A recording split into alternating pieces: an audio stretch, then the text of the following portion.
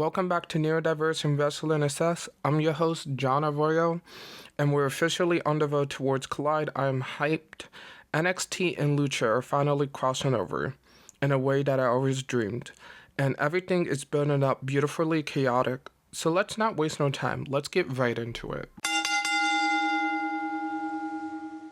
We kick things off with Ricky Sings and Ethan Page for the North American Championship. It was a straight up banger. They went straight out of the gate. Nobody can stop them. It was violent, and they needed to be separated about like 3 times. But Ava came out, and Ava said we needed a runner. That even hit more fire for both of these men. These two fought all over the arena, the announce table, the crowd. A steel chair was involved, but it got avoided. But then out of nowhere, Ethan hits Ricky's neck on the steel chair, almost knocking him out, hitting a Rager Edge that took the life out of Ricky, but he was able to get back in the ring before the count out. Then, we got punches, fly-in, DDT, super kicks. The crowd was screaming this was awesome.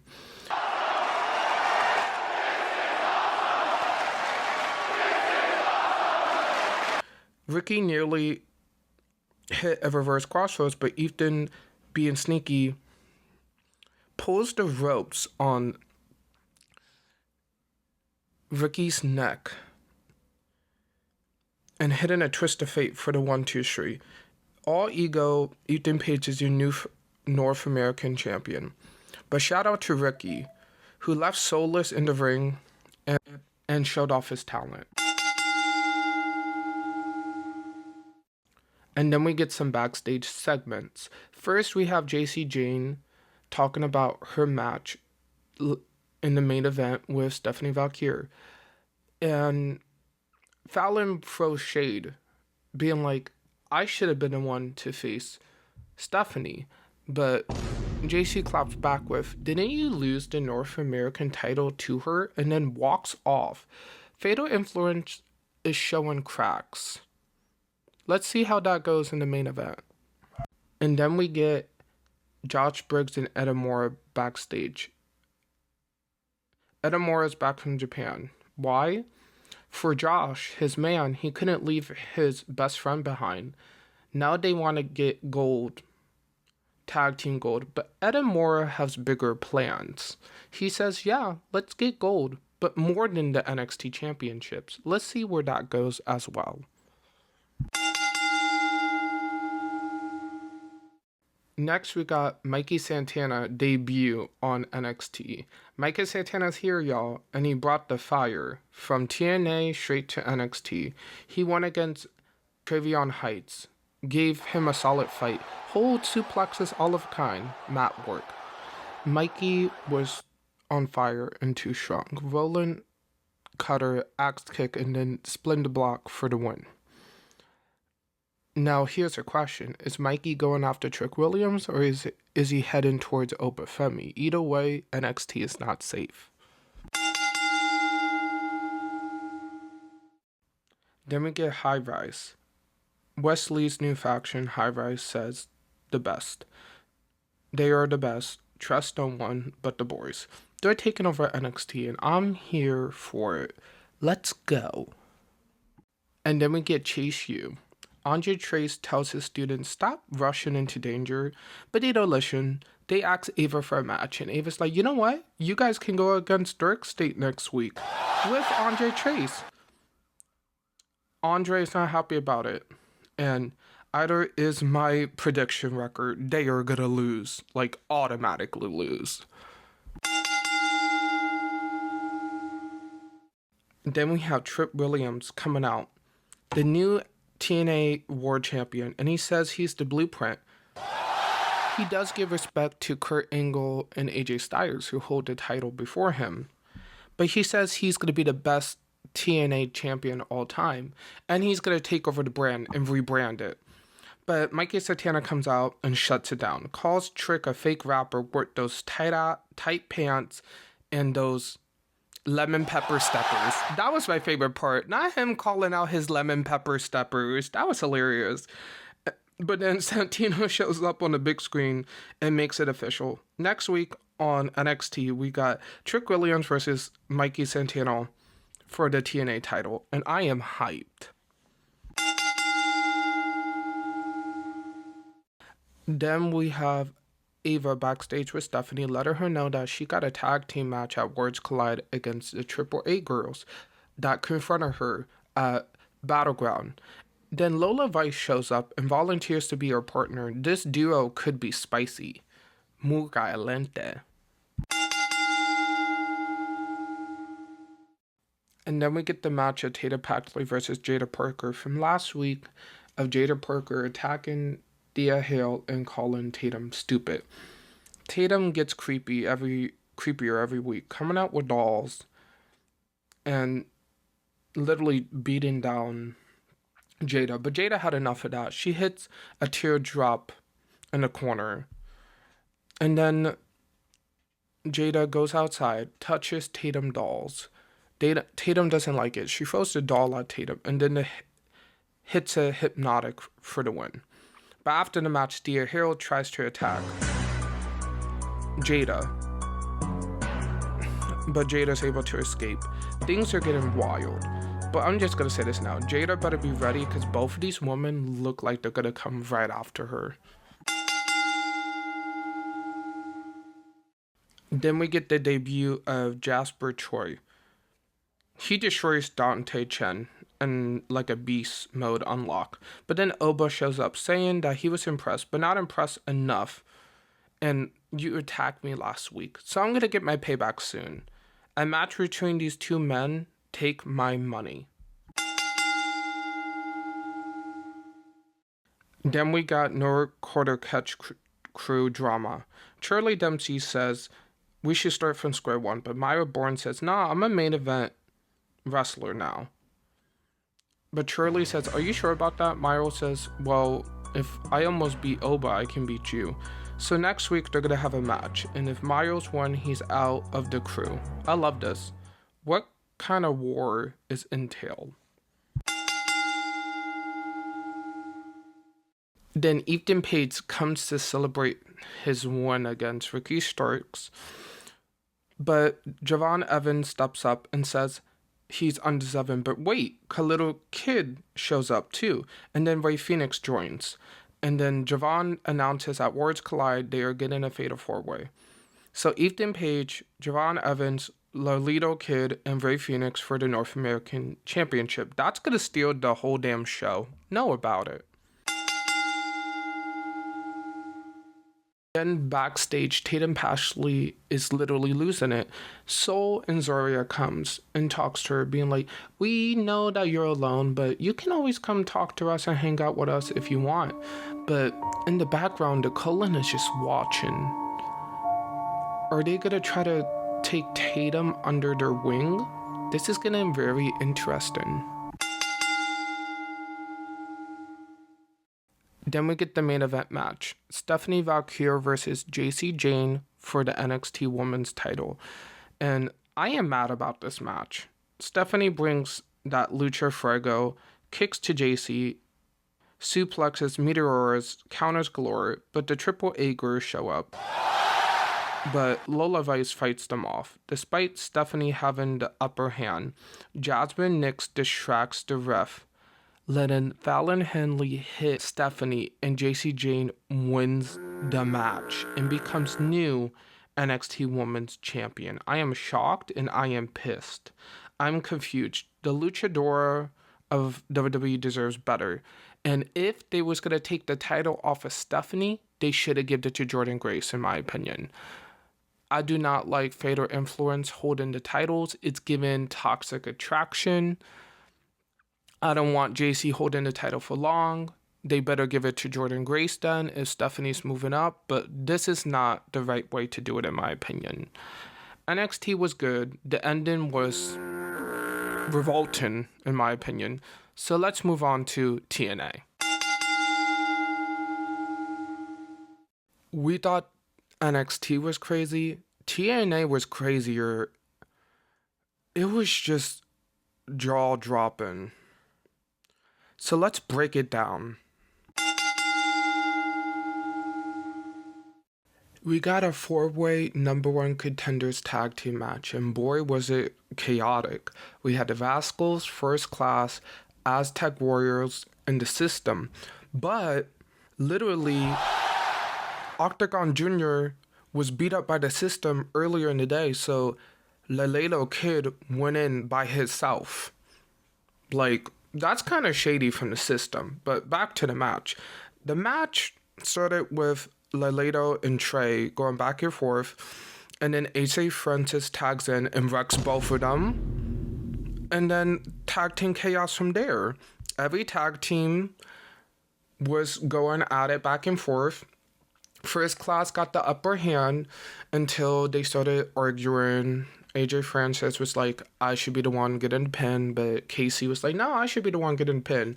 And then all the other tag teams were like, you know what, you guys shut up. So they all beat him up, take him outside, and then Alicia Edwards tried to get involved. She gets kicked out of ringside, and then Laredo jumps and takes out the System, and then back in the ring, more chaos happens.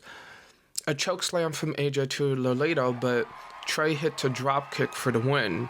And then post-match, First Class is still arguing, and then out of nowhere, Mikey Santana attacks AJ. Just a pure crazy opening, and that's the way we start a show in TNA. Then we get a glimpse at two new knockouts from Europe, Haley Austin and Maya Grace. These ladies came ready to shake things up, but interrupted by the elegant manager, who just walked in like a total diva, asked where Ash was, and then just left, interrupting their segment. Rude and uncalled for. Let's see what happens later in the night. Then we got Mustafa Ali versus Raja Singh from their match at Under Siege. But Mustafa Ali, he's straight up, he's on hinge. He does not care. He beats up Raja. Raja tried to fight back. The order 4 distracts. Ali hits a 450 splash for the win. After Ali's boys beat him down, Tasha's like, no, you don't need to join. Like, they're beating him down. And then out of nowhere, Ali just pulls Tasha hair, tells her, I'm the boss. Let me do what I want. Shoves her and then continues the beatdown. And then after, walks off. Ali is hidden woman now. This guy's mentally insane. And he's gonna beat anyone. He literally dropkicked Indy Hartwell and pulled her hair. Now he's pulling Chaucer Steele's hair. Is somebody gonna stop this man? We have to see what happens next. Then we have Layleen Lee versus Ashba Elegance. It was a pretty fun match. Ashba Elegance was comedy gold. Every time she was mocking Layleen wasn't having it, so she kicked her into next week. She did get an upper advantage though, telling the ref, my face hurts, and then slamming Layleen into the corner. But that didn't last for long. And then out of nowhere, Layleen was like a beast. Every time Ash kicked or punched her, she said, I want more. That's not hard enough. Hit me harder. More.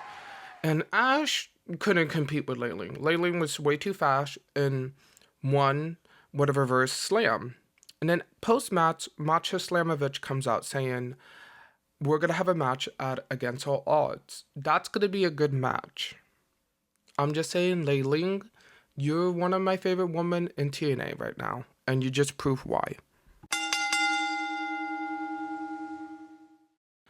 We were supposed to get Trick Williams live on TNA, but he said he couldn't because he's preparing for next week's match against Mikey Santana. But he warns him, don't step in his face again, because next week he's going to get the trick shot. So let's see how that match goes next week. Then we get Mance Warner in a match. Pure destruction. He beats up his opponent with headbutts, clotheslines. The opponent had no chance. Steph was watching with a creepy smile, just enjoying it, and Warner just dished out the pain. He won with a Buddha slam called Hit the Window. And then Stephanie grabs the mic and says, whoever wins tonight's main event better watch out, because they're coming for the Intercontinental title. Ooh, Matt Warner in the title picture? That's gonna be hectic. Then we got Rosemary calling out Zaya after the match at Under Siege. Rosemary says that Zaya is finally embracing the darkness. Now, what is the last steps for her to truly embrace it? Oh yes, next week they're gonna have a Monster Ball match. Oh yes, guys, we're getting a Monster Ball match next week. And if you ever watch TNA, those Monster Ball matches are pure chaos. And I'm just waiting to see what Rosemary pulls out. Last time she pulled out a stapler. Let's see if she's gonna pull out glass or something, because in a Monster Ball match, anything goes. So let's see what these two women bring to the hardcore of TNA. Then we got mixed tag team match with Robert Stone and Tessa Blanchard versus Ariana Grace and Santino Marella. But Robert Stone comes out and says that Tessa is not able to compete due to what Ariana did to her at Under Siege. She's hurt. So Victoria Crawford would step in, and Alicia Edwards would be the special enforcer by ringside. Stone and Santino start the match, but once the ladies tag in, crazy drama happens. Victoria and Grace go at it. Tessa interferes but get rejected. And then it turns into a total sitcom. Robert Stone tags in, wanting to fight Ariana. But Santino tags in, they both fight, and then on the outside of the ring, Stone pushes the ref into Santino and then pushes Santino into the steps, taking him out. But Ariana Grace pulls Robert Stone back in the ring, but Alicia Fox hits him. Alicia Fox, aka Victoria Crawford, hits her with the axe kick, only for Stone to want to pick up the win and then end the match. It was pure chaos. It was goofy. It was silly. I love this storyline. I want to see where it goes next, but I just love this unserious side. Like, yes, TNA is very serious, but I like a little goofy storyline once in a while. Then we get an Elegance Brand segment. The manager of Ash by Elegance comes out and says Ash cannot attend the brand launch tonight due to her face being retouched after her match. So Heather comes out, and then they introduce M by Elegance, formerly known as Maggie Lee, but Hurley, Hudson, and Maya Grace shows up and calls out the Elegant manager for interrupting them, so they throw a drink in M's face, ruining the rebrand, and then leaves. This was given total like Divas era. I want to see where this goes, how like goofy and how like chaotic it can go, and I really liked it, this segment. Then we got the main event, Steve Maclin versus Matt Cardona for the TNA Intercontinental Championship. Boy, was it a good one. Maclin hitting a backbreaker, but Matt Cardona hitting not one, not two, but 3 neck breakers and trying to hit the I'm Prettier. But that didn't work, so he tried to bring in the title. That didn't work, so Maclin hits the KIA for the win. What a way to end the night. And pretty much Against All Odds is coming up, and next week we're getting the TNA Championship on NXT. We're getting a Monster Ball match next week on TNA, and we don't know where stuff is going. TNA and NXT are going down a crazy path, and I like it. I don't love all the choices, but I love most of them. My opinion is the NXT Women's Champion, I didn't like the ending to that, but everything else this week, I really liked it. So that's pretty much my review this week, guys. Hopefully you guys like, comment, and subscribe. And please share the podcast to anyone who likes wrestling. And I will see you guys next time.